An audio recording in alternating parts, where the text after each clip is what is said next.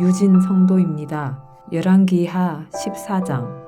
이스라엘의 왕 여호와스의 아들 요아스 제2년에 유다의 왕 요아스의 아들 아마샤가 왕이 되니 그가 왕이 된 때에 나이 25세라. 예루살렘에서 29년간 다스리니라. 그의 어머니의 이름은 여호와단이요 예루살렘 사람이더라. 아마샤가 여호와 보시기에 정직히 행하였으나 그의 조상 다윗과는 같지 아니하였으며 그의 아버지 요아스가 행한 대로 다 행하였어도 오직 산당들을 제거하지 아니하였으므로 백성이 여전히 산당에서 제사를 드리며 분향하였더라. 나라가 그의 손에 굳게 섬에 그의 부왕을 죽인 신복들을 죽였으나 왕을 죽인 자의 자녀들은 죽이지 아니하였으니 이는 모세의 율법책에 기록된 대로 함이라. 곧 여호와께서 명령하여 이르시기를 자녀로 말미암아 아버지를 죽이지 말 것이요 아버지로 말미암아 자녀를 죽이지 말 것이라. 오직 사람마다 자기의 죄로 말미암아 죽을 것이니라 하셨더라. 아마샤가 소금 골짜기에서 에돔 사람 10,000명을 죽이고 또 전쟁을 하여 셀라를 취하고 이름을 욕드엘이라 하였더니 오늘까지 그러하니라.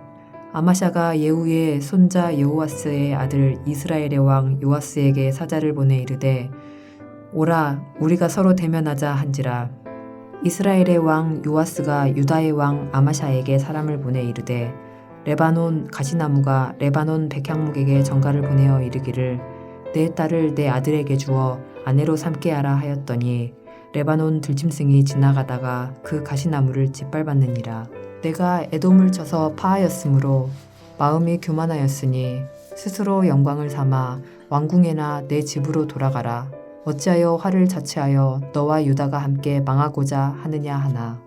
아마샤가 듣지 아니하므로 이스라엘의 왕 요아스가 올라와서 그와 유다의 왕 아마샤가 유다의 벳세메스에서 대면하였더니 유다가 이스라엘 앞에서 패하여 각기 장막으로 도망한지라.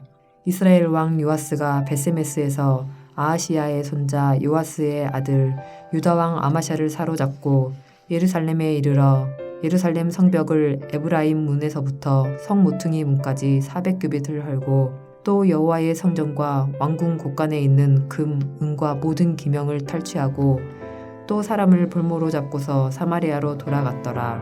요아스의 남은 사적과 그의 업적과 또 유다의 왕 아마샤와 싸운 일은 이스라엘 왕 역대지략에 기록되지 아니하였느냐.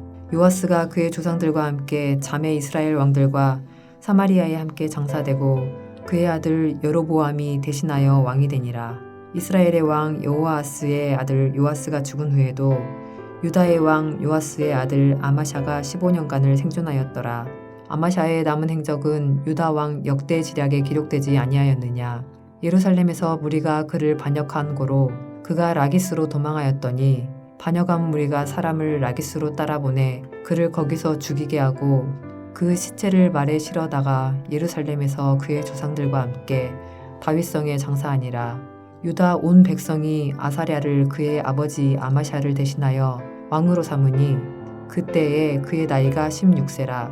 아마샤가 그의 조상들과 함께 잔 후에 아사랴가 엘랏을 건축하여 유다에 복귀시켰더라. 유다의 왕 요아스의 아들 아마샤 제15년에 이스라엘의 왕 요아스의 아들 여로보암이 사마리아에서 왕이 되어 41년간 다스렸으며 여호와 보시기에 악을 행하여 이스라엘에게 범죄하게 한 느밧의 아들 여로보암의 모든 죄에서 떠나지 아니하였더라.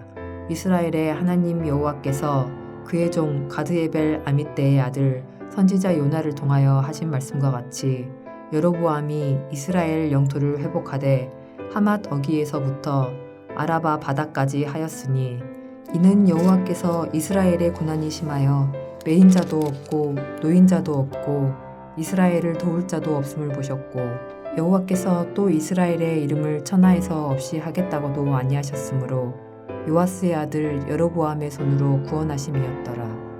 여로보암의 남은 사적과 모든 행한 일과 싸운 업적과 다메섹을 회복한 일과 이전에 유다에 속하였던 하맛을 이스라엘에 돌린 일은 이스라엘 왕 역대지략에 기록되지 아니하였느냐. 여로보암이 그의 조상 이스라엘 왕들과 함께 자고 그의 아들 스가랴가 대신하여 왕이 되니라. 하늘에 계신 우리 아버지여, 이름이 거룩히 여김을 받으시오며 나라가 임하옵시며 뜻이 하늘에서 이룬 것 같이 땅에서도 이루어지이다. 오늘날 우리에게 일용할 양식을 주옵시고 우리가 우리에게 죄 지은 자를 사하여 준 것 같이 우리 죄를 사하여 주옵시고 우리를 시험에 들게 하지 마옵시고 다만 악에서 구하옵소서. 대개 나라와 권세와 영광이 아버지께 영원히 있사옵나이다. 아멘.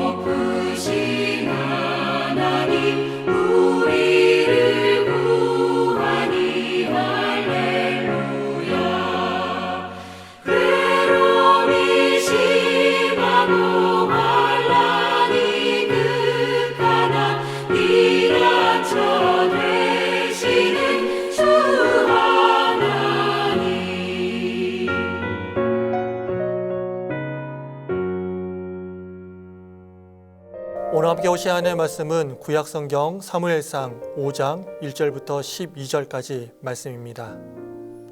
본문 중에 1절부터 5절까지만 제가 봉독해 드리겠습니다.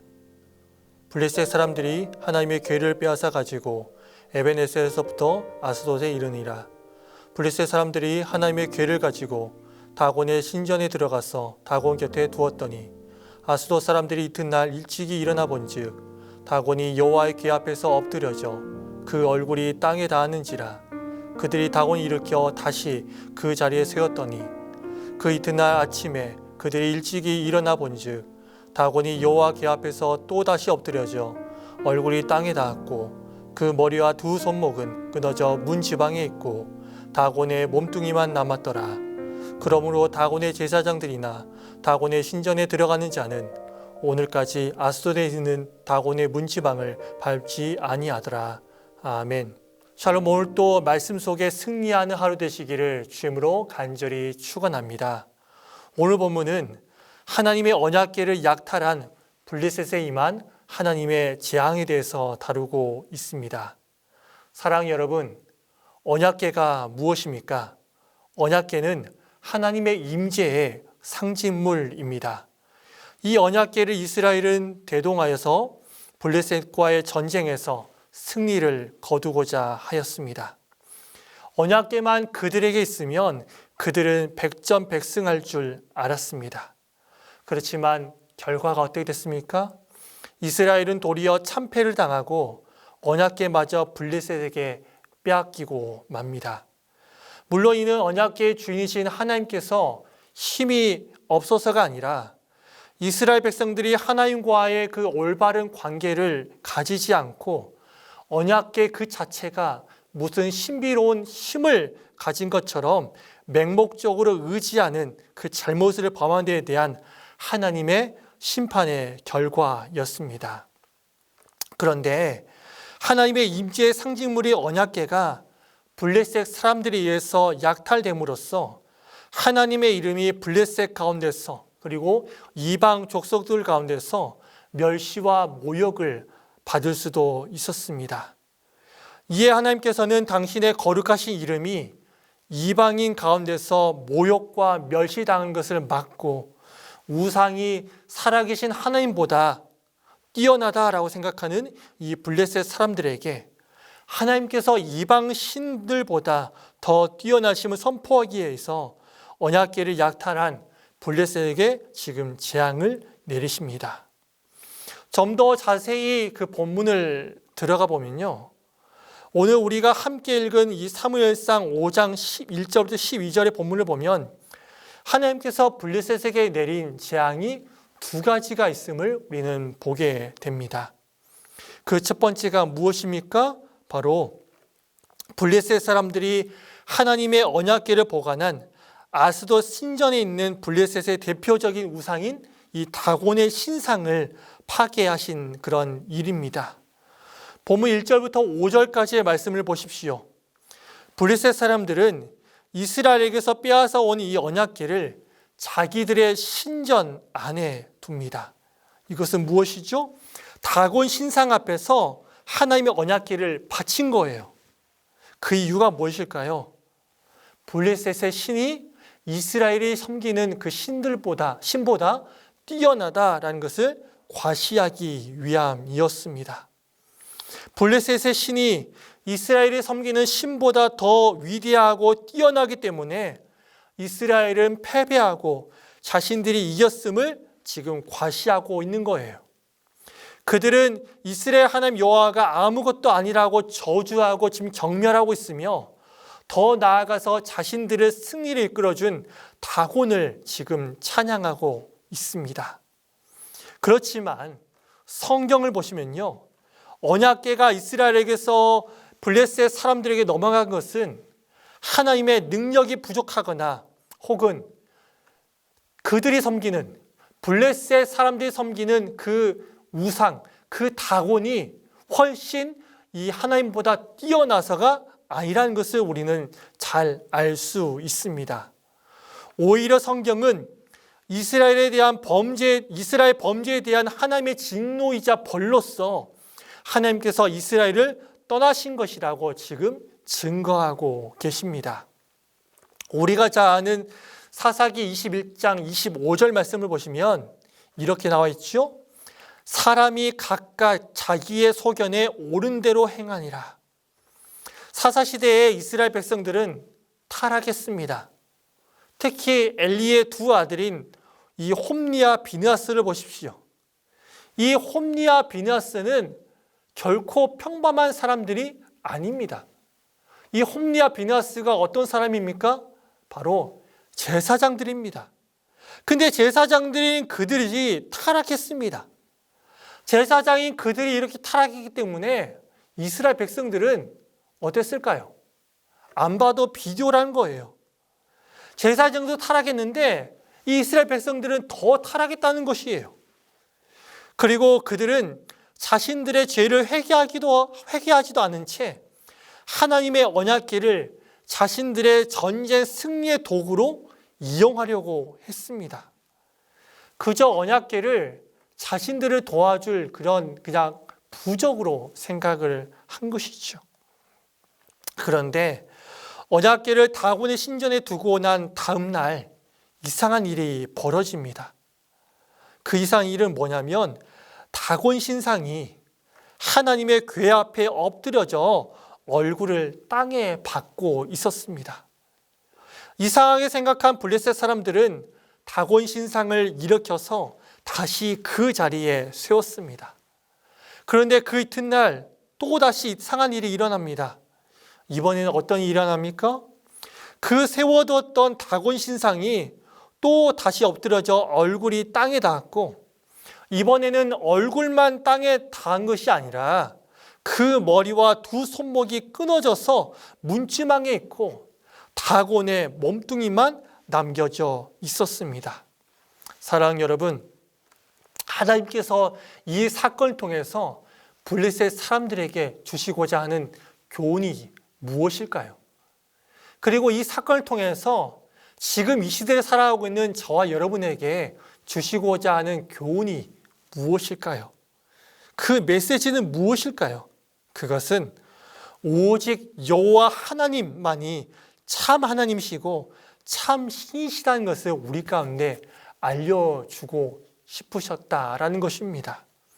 사랑하는 여러분, 하나님께서는 다곤 신상을 파괴하신 걸 통해서 여호와 하나님만이 살아계신 참 신이심을 증거하셨습니다. 우상은 여러분을 구원하지 못합니다. 우상은 세상을 구원하지 못해요. 한 번 쓰러지면 스스로 일어날 수 없는 존재가 바로 우상입니다.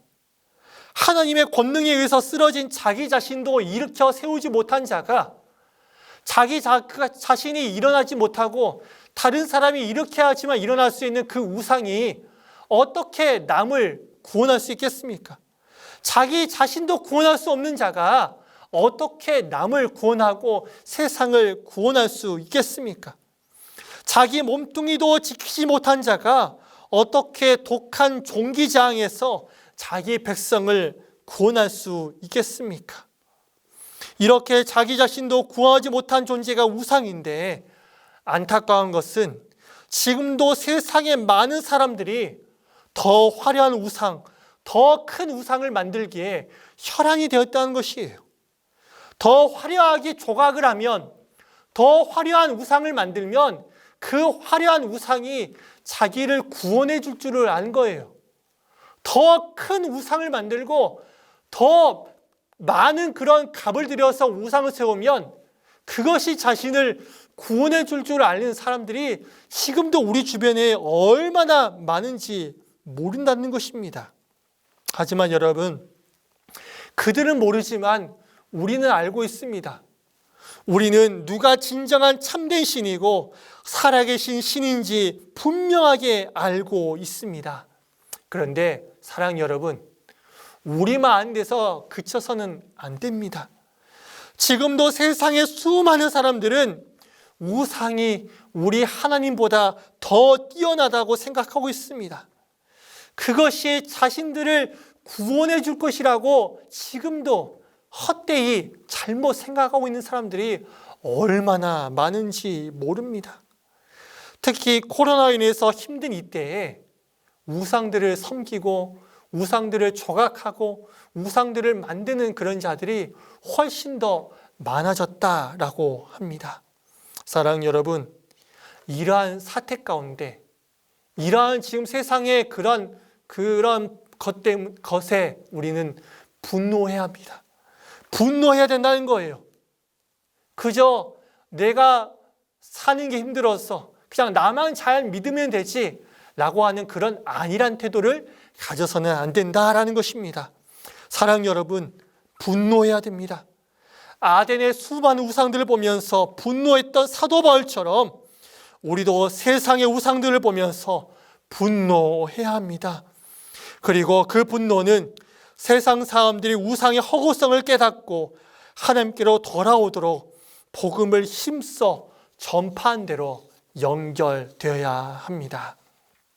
두 번째, 블레셋에게 임한 재앙은 언약궤를 옮기는 지방마다 독한 종기 재앙을 내리신 것입니다. 오늘 말씀 보시면 이상하게 언약궤가 머무는 블레셋의 도시마다 큰 재앙이 일어납니다. 그 재앙이 뭡니까? 언약궤를 옮기는 그 지방들마다 독한 이런 종기가 일어난 거예요. 사랑하는 여러분, 하나님을 두려워하지 못하는, 하나님을 두려워할지 모르는 자들에게 돌아갈 것은요, 하나님의 자비와 평안이 아니라 재앙입니다. 진노예요. 심판뿐이라는 것을 기억하시길 바랍니다. 독한 종기 재앙을 통해서 하나님께서는 자신이 힘이 없어서 이스라엘을 패배하고 언약궤를 빼앗긴 것이 아니라 이 이스라엘 백성들이 범죄했기 때문에, 범죄하고 회개하지 않았기 때문에, 하나님과의 잘못된 그런 관계를 가지고 있었기 때문에 언약궤가 빼앗긴 것이고 이스라엘이 패배한 것임을 분명하게 각인시켜 주셨습니다. 말씀 정리합니다. 사랑하는 여러분, 오늘 말씀을 보면 하나님의 언약궤가 블레셋 사람들에게 빼앗긴 어떻게 보면 암울한 현실을 담고 있습니다. 하지만 우리 하나님께서는 그 순간에도 하나님의 살아계심을 보여주십니다.